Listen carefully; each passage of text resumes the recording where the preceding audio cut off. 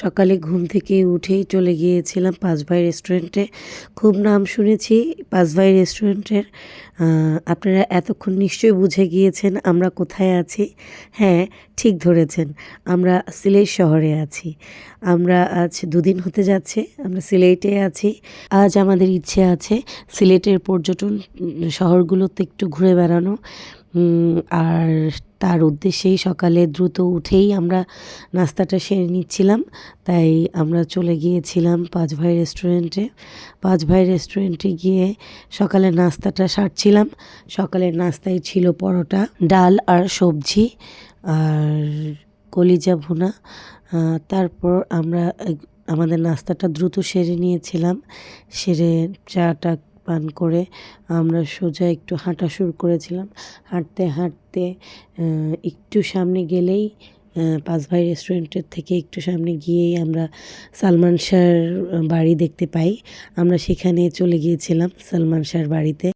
Hello, আসসালামু আলাইকুম। যে যেখান থেকে আমার এই ভিডিওটি দেখছেন তাদের সকলকে আমন্ত্রণ জানাচ্ছি আমার ত্রিদিতা ব্লগ পেজে। আপনারা সকলেই কেমন আছেন? আমরা আলহামদুলিল্লাহ ভালো আছি। গত কয়েক সপ্তাহ থেকে আমি একটু অসুস্থ, তারপরও আছি আলহামদুলিল্লাহ। আসলে আপনারা জেনেছেন যে আমি ইতিমধ্যে ফেনী, চিটাগং ফেনী এভাবেই করেই আমার সময়গুলো কাটছিল। তারপর এখন আমি আবার সিলেটে এসেছি বেড়াতে। ঠান্ডা গরমে আমার গলার অবস্থা খুব খারাপ। ওষুধ চলছে, খাচ্ছি। তারপরও এখনও ঠিক হতে পারিনি। তারপর সিলেট শহর তো অনেক গরম। এখানে এসেও যতক্ষণ রুমে থাকছি, এসিতে থাকছি, ততক্ষণ ভালো লাগছে। আবার বাইরে একটু ঘুরতে গেলেই গরম লাগছে, ঘামাচ্ছি। কোনোভাবেই আসলে গলাটা ঠিক করতে পারছিলাম না। চায়ের পর চা খেয়েই যাচ্ছিলাম। যাই হোক, আপনারা দোয়া করবেন, ইনশাল্লাহ আমি সুস্থ হয়ে যাব। তারপরও আজকে আমার এই ভয়েসটা আপনাদের কাছে খারাপ লাগলে আমাকে ক্ষমা সুন্দর দৃষ্টিতে দেখবেন। এই তো তারপর সালমান শাহর বাড়ি ঘুরে ঘুরে দেখছিলাম। ওনার কিছু ছবি, ওনার কিছু ক্রেস্ট এগুলো সাজানো ছিল। তো আমি দেখছিলাম, আমার মেয়ে প্রশ্ন করে যাচ্ছিল। শাহরুখ খানের সাথে ওনার ছবি দেখে বলছিল, মা শাহরুখ খান। তো শাহরুখ খানকে তো চিনছে কিন্তু সালমান খানকে চিনছে না। তো আমি বললাম যে ও হচ্ছে আমাদের দেশে জনপ্রিয় চিত্রনায়ক ছিলেন। ওনার ছবি আমাদের খুব ভাল লাগতো। উনি খুব স্টাইলিস্ট আর খুব সুন্দর মনের মানুষ ছিলেন। তো এগুলো মেয়েকে বোঝাচ্ছিলাম। তো আমার মেয়ে একের পর এক প্রশ্ন করছিল, দেখছিল, ওর থেকেও ভালো লাগছিল সব কিছু। তো আমরা ওখানে অনেক ছবি উঠিয়েছি, ভিডিও করেছি।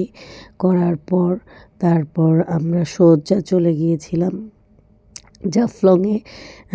মাইক্রো করে একটা মাইক্রো ভাড়া করে নিয়েছিলাম।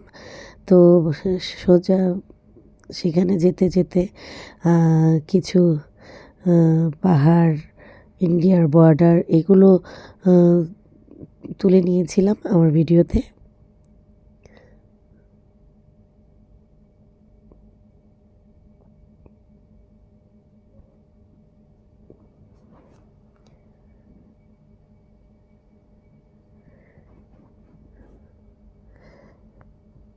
যখন জাফলংয়ে যেয়ে আমরা পৌঁছাই, জাফলংটা আসলে দেখে একটু খারাপ লাগছিল, অবাকই লাগছিল। কারণ যখন আমি এসেছিলাম 2010-এ বা 9-এ, তখন জাফলংয়ের অন্যরকম একটা রূপ ছিল। পানি ছিল, যেটা আমরা নৌকো করে ওপারে গিয়ে খাসিয়াপল্লিতে যেতাম, ইন্ডিয়ার বর্ডার ব্রিজটা দেখতাম। এখন আর সেই সুযোগটা নাই। তো আর প্রচণ্ড গরমও ছিল সেদিন। তো সেই জন্য আমরা আর নিচে নামিনি, যতটুকু সম্ভব উপর থেকে এক্সপ্লোর করছিলাম। আর এই যে ইন্ডিয়ান বাড়িগুলো দেখতে পাচ্ছেন, এটা হচ্ছে ইন্ডিয়ান বর্ডার। আর ওইখানের বাড়িগুলো, ছবিগুলো যেগুলো দেখছেন ভিডিওতে, সেগুলো মেঘালয় রাজ্য। এই যে দেখতে পাচ্ছেন পুরো মরুভূমি হয়ে গেছে। কি বলবো, আমরা এটা পার হয়ে ওই সাইডে যেতাম খাসিয়াপল্লীতে, ওখানে কমলা, পান বাগান, তারপরে মধু, এগুলো কিনতাম শহরে নিয়ে যাওয়ার জন্য। এই তো ইন্ডিয়ান বর্ডার, আমরা ওখানে ছবি তুলেছিলাম। কিছু ইন্ডিয়ান দেশ তেলিকুর থেকে এসছিল ওনাদের বর্ডার দিয়ে, তো ওনাদের সাথেও কিছু ছবি নিয়েছিলাম, আমার মনে আছে। এই যে ইন্ডিয়ার বর্ডার, ওনাদের ইন্ডিয়া গেট যেটা বলে সেটা, আর আমাদের বাংলাদেশের গেট দিয়ে ঢুকে আমরা এতটুক পর্যন্তই আসার সুযোগ পেয়েছিলাম। আজ তাহলে এখানেই সমাপ্তি করছি। যে যেখানে আছেন ভালো থাকবেন, সুস্থ থাকবেন। আসসালামু আলাইকুম।